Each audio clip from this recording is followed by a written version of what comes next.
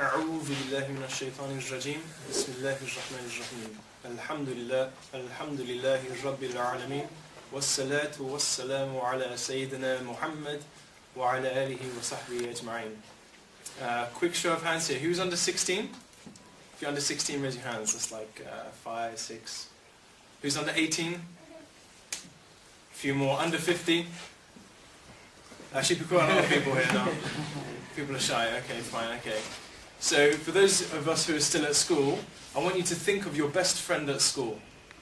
Who's your best friend at school? Picture them in your mind. Yeah? Are you good to them?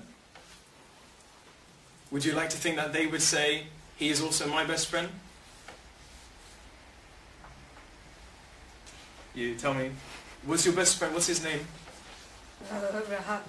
Rahab? Are you good to him? Yeah. Does he say that he's your best friend? I don't know. You don't know. You'd like to think he would, wouldn't you? Yeah. You'd like to think you had a very good bond. You'd like to think you had a very, very good relationship. You know, Allah subhanahu wa ta'ala, He gives us challenges and tests from areas that we don't see, from places that we've never been before. And my journey to Islam begins with a Muslim boy being sent to a Catholic school. Yeah, so one Muslim in a year of 180 people, and he was one of two Muslims, in him and one other boy in his year, in my year, were Muslim. Everyone else was non-Muslim. And they didn't know that each other was Muslims, so they were kind of on their own. So I grew up in a Catholic family. So the usual things that Catholics do, Christmas, Easter, these kinds of celebrations, things which are fun, things which it's nice and easy to say you're a Catholic because it's just all about celebration really. It's not something difficult. It's not like in Islam where someone has to ask you questions and you have to explain why you carry that opinion. So anyway, Catholic school. I went to a Catholic primary school and a Catholic secondary school. So I was very, very used to being around a very homogeneous community. That means everyone's the same. Everyone else is a Catholic. Very few of anybody else there.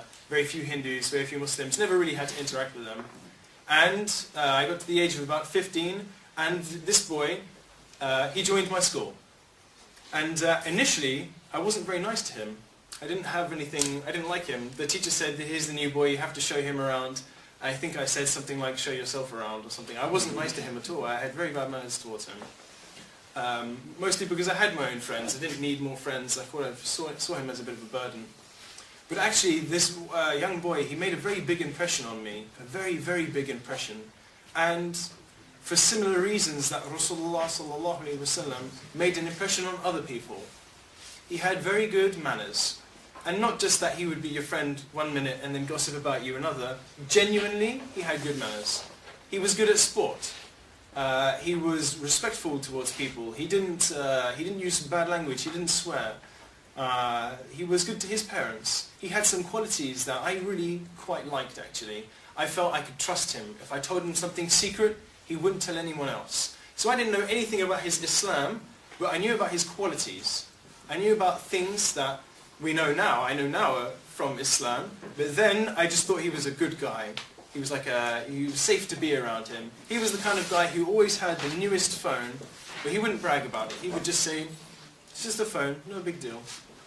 No big deal. He was very, very, alhamdulillah, he's very, very humble. So naturally we started to discuss, and I thought he's easy. I've just found out he's Muslim, don't worry, I'll make him do all the stuff he's not supposed to do. I used to try to get him to drink alcohol. I used to try to make him eat pork. I used to try and get him to have girlfriends. I used to try and make him do all the worst stuff you can think of. And it was always confusing because he would never do it. It was really, really, really hard to make him do the wrong thing. So it was Ramadan, he was fasting, he was still doing his sport, he was very active. And I said to him, bro, you know, if I give you this water, yeah, as an example, I would say to him, you're really thirsty, aren't you? And he'd say, yeah, but it's okay. And I say, but just have some water then. It's really nice. It's ice cold. No, I'm fasting. You're fasting? Yeah, I'm fasting. Okay. What if I give you this water and £5? Now, for a 16-year-old, £5 probably isn't that much. So he said, nah. I thought, okay, I'll increase it. £50. He says no to me. That's a lot of money. Okay, £100. Now, when you're 16, £100 buys you a lot of stuff. He still said no. I said, all right, all the money in my bank account, you can have it all, just if you have a little bit of water. I wanted him to do something that I knew he wasn't allowed to do because of his religion. He still said no. I couldn't make him do these things. It was very, very difficult, and I was frustrated with him, but I kind of admired his good qualities as well. He wouldn't compromise on his Islam. He wouldn't compromise it. So we started to debate, and he would ask me very, very simple questions. Very simple questions. Islam is the haqq. There is nothing about Islam where there's a confusion. There's nothing about Islam where maybe Allah is wrong. SubhanAllah. Everything about Islam is correct. Every last word in every ayah. So he would say to me, "You're a Christian?" I would say yes. He said, "Okay, so how many gods do you believe in?" And I would say, "Well, only one." He would say, "But you believe in the Trinity." Well, yes, I believe in the Trinity. So in the Trinity there is God the Father, God the Son, and God the Holy Spirit. Yeah? 1, 2, 3. And I would say, "Yeah, that's right." He said, "That's 3 gods then, isn't it?" And I said, No, it's one. Let me try and explain. So we would go on for hours and hours, and I would try and explain. And in the end I was saying to him, "I don't think you understand." And his reply to me was, No, I don't think you understand. And we had many discussions like this. And we would discuss on the phone, at his house, my house, in school, out of school, whilst playing football, whilst not playing football. We debated so much about Islam that his mother said, "One day, either Anton will become Muslim or my son will become a Catholic." That's how much we debated. But at the same time, his mother had a lot of trust that he was equipped with the right answers to give me so that I would be more clear in my own thinking. So, something which really, really struck me about his argumentation, about his discussion, was that it was very, very easy for him to prove that you could say for sure there was a creator. I got to the point where I was saying to him, "You can't prove there's a God. I'm a Catholic, but you can't prove there's a God." And he would say, "Well, actually you can, and this is how." And he explained to me how. And I was very, very impressed. Now at that point, I couldn't be a Catholic anymore. I wasn't a Muslim, but I wasn't a Catholic either. I was somewhere in between. This kind of no man's land, yeah. And then he presented to me the argument that Allah subhanahu wa ta'ala gives to us in the Quran. Okay, trick question time. You. What's your name? Ahmad. Okay, I've got a trick question for you. How many times has Allah mistakenly used a word in the Quran? Is your dad with you here? No. Okay. But, so in simple terms, does Allah make mistakes in the Quran? No. Okay. Allah subhanahu wa ta'ala even presents this as a challenge in the Quran. He says, if this book is from anyone other than Allah, then find a contradiction therein, or produce a book like it. And we know this challenge was presented to the Quraysh, and they couldn't do it at the time. The Quraysh could not reproduce a Quran. You had characters like Musaylim al-Kadhab, for example, who tried to produce some kind of poetry, but it was very low quality, and even his own people laughed at him. So Allah subhanahu wa ta'ala reduces the challenge. He says, if this book is from anyone other than Allah, then find a contradiction therein, or produce 10 chapters like it. And still the Arabs at the time couldn't do this, to the point where Allah subhanahu wa ta'ala reduces it to 1 chapter. And from then until now, this challenge hasn't been met. Now for me that's very, very compelling, because we knew then that there were people who wanted to see Islam to be extinguished, and for the last 1400 years we've seen many people who wanted to see Islam extinguished. And all they had to do was to write 3 lines of Quran. That was all they had to do, and they didn't do it. For me this is a very, very convincing proof. It's a testimony to the authorship of the Quran. Now Allah subhanahu wa ta'ala says in Surah Al-Baqarah, He says, أعوذ بالله من الشيطان الرجيم بسم الله الرحمن الرحيم ألف لام ميم ذلك الكتاب لا ريب فيه هدى للمتقين. And there are 2 ways of reading that second ayah. You can either say ذلك الكتاب لا ريب فيه هدى للمتقين, or you can read it as ذلك الكتاب لا ريب فيه هدى للمتقين. And they have different meanings. One meaning is that Allah subhanahu wa ta'ala is saying that this is a Quran whose authorship, there is no doubt, is definitely from Allah. And the other way of reading it is that what's in the Quran, there is no doubt about it.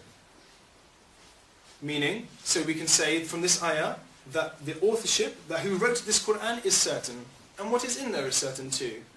And this angle I'd never seen before, because as for anybody else from their belief system, they will have a book which they will claim to be sacred. I had the Bible. The Sikhs have their texts, the Hindus have their texts, the Jews have their texts. But how many of them, except for the Muslims, can say, 100% we know who wrote this book? How many?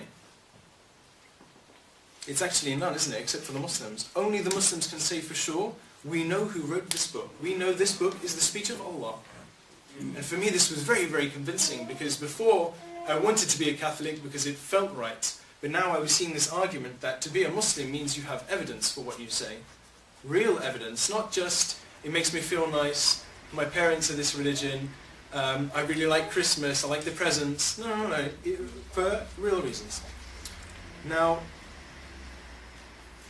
it was only when I met some of this brother's cousins and extended family that I really got to see something that I'd never seen before, and that's how Muslims are with each other. How Muslims really are with each other. How does Allah say we should deal with each other? With the best of speech, that we should help each other out, that we don't use bad language with each other. Very, very positive qualities. When I saw his cousins and his extended friends, his Muslim friends together, I recognized they had a kind of brotherhood that I'd never seen before, and that it was open.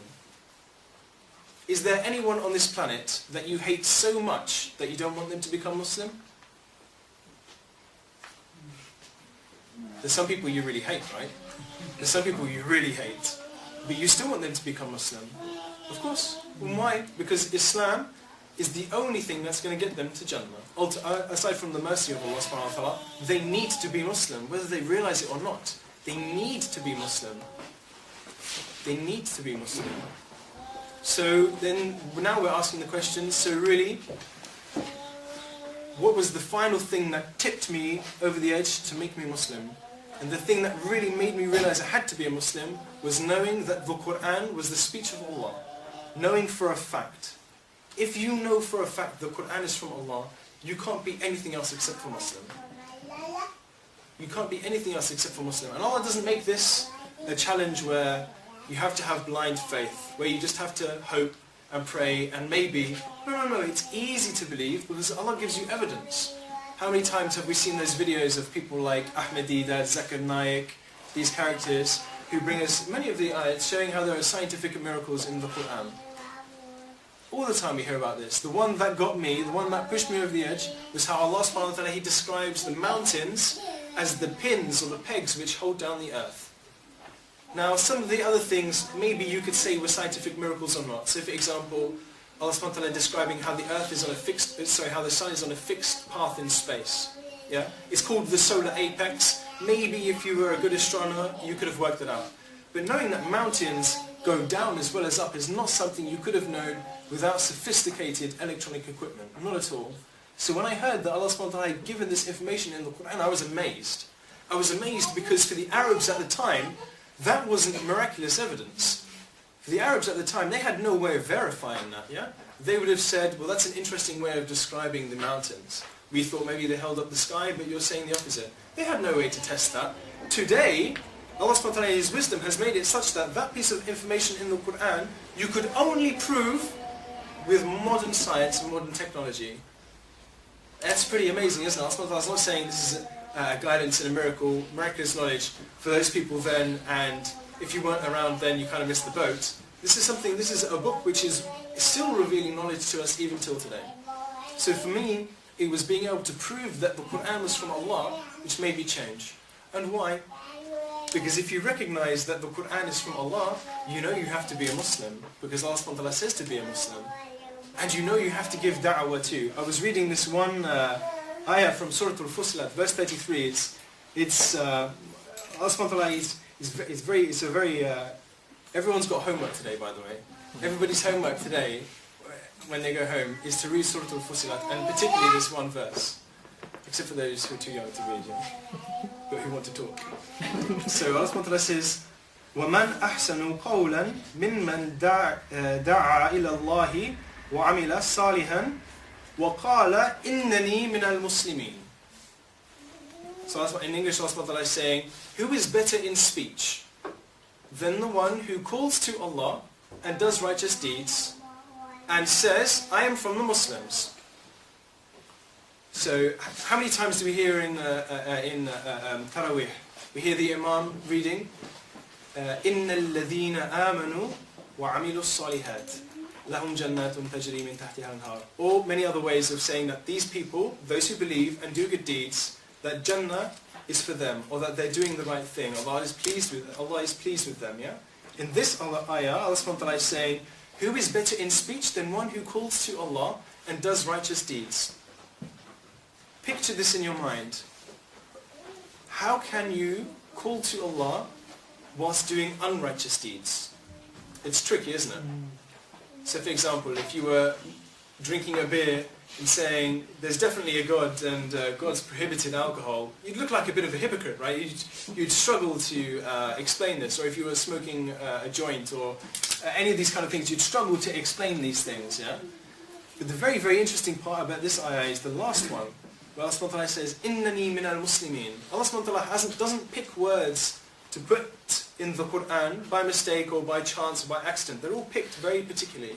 Allah subhanahu wa ta'ala could have said, Ana Muslim. Ana means I am, yeah? Ana Muslim. Allah subhanahu wa ta'ala could have said, Ana Muslim. I am Muslim. Singular, yeah? But he said here, Innani min al-Muslimin. I'm from the Muslims. He's saying here, our identity, when we're talking about in the discussion of da'wah, our identity should be as an ummah. Our identity is an ummah. The artificial barriers we put up between us, the ones that push us away from Allah, aren't worth considering. They're not worth thinking about. So for example, to say I'm British before I'm Muslim would be a mistake. I should be saying, if I'm calling to Allah, I should say, I'm from the Muslims. I'm Muslim, I'm from the Muslims. This is the ummah of Muhammad sallallahu alayhi wa sallam. This is what we should be saying. We shouldn't confuse our identity.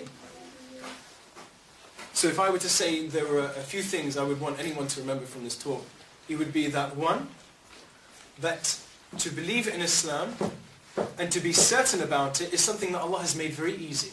That's the first point. The second point follows from this, that when someone challenges you with your Islam, like my friend was when he joined this Catholic school, there's nothing you have to worry about when Allah subhanahu wa ta'ala has got your back. The boys can relate to this. Sometimes, if it looks like situations getting hairy, there's certain people in your mind who you think, he's on my speed dial, I'll call him, he'll be here in 3 minutes. Yeah? You've got certain buddies who you think, I want him here now with me, because he knows how to deal with this, whatever the situation is. It's true, right? Who would you want more on your side than Allah? Who would you want more on your side? You can't be wrong by calling to Allah. You can't be wrong when you're saying that the Qur'an is the speech of Allah. You're not wrong on any of these issues. Even if you don't necessarily understand the details, you can't be wrong. So to say, I pray, I fast, yeah, I give zakat, I obey my parents, I obey the emir, if there was an emir, all of these issues, you're not wrong to say them. Maybe you don't know how to articulate that, but you're not wrong. So if someone's attacking you saying, well, why do you believe in this? And why do you believe in that? If you don't have the answer, don't worry. The answer is there in Islam, and you can find out later. And this happened sometimes. On a couple of occasions, it happened, where I thought I had him. I thought, that's it, he can't explain why he's allowed 4 wives. Yeah, I've got him now. And then the next day he would say to me, well, how many girlfriends are you allowed? Well, true, there's no limit. So, there were things where I thought I had him and I didn't. So, that's the second point, that all of these things in Islam, all of these matters, particularly the character of Muhammad sallallahu alaihi wasallam, we can explain them all. And if you don't know, don't worry, your father will. If your father doesn't know, the imam will. If he doesn't know, the other imam will. Someone will know the answer. There is an answer in all of these issues. And thirdly, is that we're saying here that when it comes to this issue of da'wah, sometimes people say things we don't want to hear, and they're rude, they're harsh, they're mean. They use bad language. They say your prophet was this, your Islam is barbaric, da da da da. They've got all their statements. But no matter how much you dislike this person, you want for them to get Jannah more. You want them to become Muslim more. We know that Rasulullah sallallahu alaihi wasallam was sad and upset for some of the enemies of Islam because he wanted them to become Muslim too. Imagine that, someone who wants you dead, and you still pray, you still make dua that Allah subhanahu wa ta'ala guides them to Islam. because you don't want to see them in Jahannam. And finally, the really, really important point is that if this person who you're discussing with, and with my friend at school, it was over a period of years, if they then become Muslim, you're rewardable for all the good things they do. Let's take a picture now. Let's take a quick snapshot picture. In the Meccan period of Islam, how many people became Muslim? A few hundred, maybe. There's some people who dispute about the number. Let's say 200, rough figures, yeah? And in the Medinan period, how many people became Muslim? How many people were at the farewell, the last khutbah of Rasulullah sallallahu alaihi wasallam? Is estimated about 100,000, right? Right? Because when you're saying, "Ana Muslim," as an individual, you can become a victim. When you say, "Innani min al-Muslimin," when you're saying, "I'm from the Muslims," now you can say, "I'm Muslim," and that's what the Muslims are like. This is all of us together. This is how Islam is. Let's look further now. When the Sahaba, when they were giving Islam, when they were liberating lands, when they were freeing people from kufr and presenting them with Islam, we know that within 200 years they'd taken all of North Africa and the vast majority of Asham. Agreed? No one's saying no good. This is true. This is true. Yeah, they took all of North Africa, yeah? And the vast majority of Asham. So the Sahaba, the Tabi'een and Tabi'een, they are rewardable for all those people now in those lands who have been born into Islam instead of kufr. Imagine that. We're talking millions of people. Imagine you could take Shahada from millions of people. You would do it, right? You wouldn't think twice. You would say, "This is something I want to do now." Well, maybe you can't do it all in one lifetime. But for sure you know that that seed you plant by encouraging someone else to Islam, if they become Muslim, you're rewardable for what they do. And if they spread the message of Islam to others, likewise and so on. The most important point when we look at that piece of history actually is when we see that those lands had been reconquered by other powers, other forces. Those Muslims didn't leave their Islam. They didn't leave their Islam. Imagine this. Imagine this. A small number of Muslims goes to a new area and those people become Muslims. Some do, some don't. Let's take Iraq as an example. When the Sahaba arrived there, in this new land, were they the majority or the minority of people? Minority, right? For a long time. Tiny minority. How many Muslims in UK now? 2 million or so, yeah? Alhamdulillah. But imagine if I were to tell you, within the next 70 years, 90% of the UK would be Muslim. You would stay, right? That's worth staying for, huh? That's worth staying for. So, the point here is that, as we're living here in the UK, one, that Islam, there is nothing you can't prove. And two, you can spread the message of Islam and be rewardable for it. And think about it, in Woking, how many Muslims? 20, what was the figure? 20,000, so? And everybody else, non-Muslim, right? There's no shortage of people to give da'wah to. There is no shortage of people to give da'wah to. There's not that many Sahaba buried in Mecca and Medina. Who were they going to give da'wah to after the death of Rasulullah ﷺ when everybody else is Muslim? They knew they had to go out. So this is the way we should think about it. Who runs their own business here? Who runs a business? No one? No one has their own business? Okay. Modest, mashallah, okay. Okay, but if you're looking at two jobs, one has a 25k salary, one has a 50k salary, and it's the same job, which are you taking? The 50k salary, yeah? It sounds... You give it all in sadaqah, yeah? 25k extra sadaqah, yeah? Of course, it's a no-brainer, right? It's a no-brainer. So if you were a Sahaba at the time of Rasulullah ﷺ, and then after his death, and there was no one for you to give da'wah to in Medina or Mecca, what would you do? You would go, and you would go to the other lands and you would tell those people too. There is no shortage of people who we can give Islam to here in the UK. So inshallah, we will be of those people who are firm and steadfast and try and give other Muslims confidence to carry this call to the non-Muslims here in the UK, inshallah.